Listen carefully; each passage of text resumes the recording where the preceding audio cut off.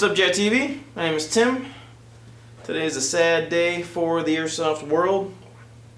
Baffles my mind that I have to make this video, but alas, it needs to be done. Today we're going to talk about apples and oranges as it relates to airsoft.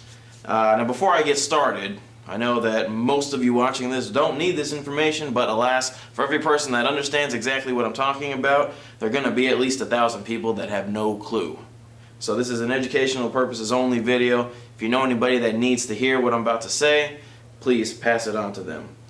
Now, we are one of the biggest airsoft retailers in the entire world, and we get more than 1,000 emails every day. And one of the recurring emails that we keep getting, or one of the recurring inquiries, because we get contacted way more than just through emails, is Airsoft GI, your prices are ridiculous. You're ripping people off. And this really puzzles us because we look at our products and compare it to, the same products sold on other websites, and we feel that our prices are competitive. Not to mention, just about everything in the airsoft industry has what's called a MAP pricing anyway, so everybody's supposed to have the same pricing as far as all the retailers go. But what we've come to realize is that these people that are sending us these emails are not comparing apples to apples. They're comparing airsoft guns like this to the type of airsoft guns that you find on our website. Now this is an Airsoft G36, technically. Okay, it does have a folding stock. It does have a retractable magazine, a mid-cap magazine I would say, and it does have a functioning bipod. So technically this is an Airsoft G36, but it's a Springer that probably shoots like 200 FPS with a .12. So they're looking at this on somebody else's website. I don't know where you'd find something like this, but they're like, oh man, Airsoft G36 for $30.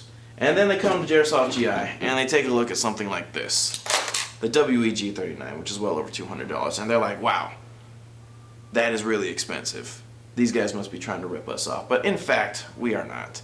And I'm sure that most of you realize that. But the fact of the matter is, people are just looking at the name and comparing the prices. This is an Airsoft G36.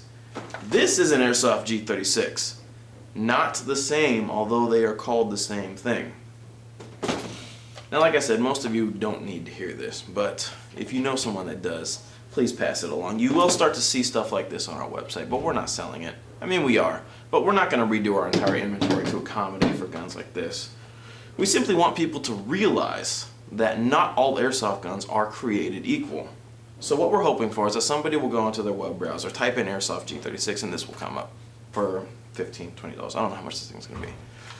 In the item's description, you will find a very, very specific explanation about what this gun is and what it is and is not capable of. And if you are in fact looking for a skirmishable type airsoft gun, we will redirect you to something that you can use out on the field.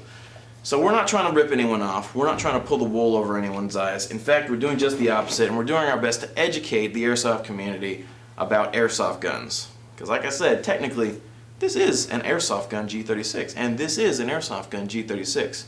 Hundreds of dollars in price difference, miles apart as far as usability, reliability, and skirmishability. So please pass this word along. This is more like a PSA than an actual gun review. Let people know that not all airsoft guns are created equally, and if they need further explanation, feel free to drop us a line, because we'll help you out.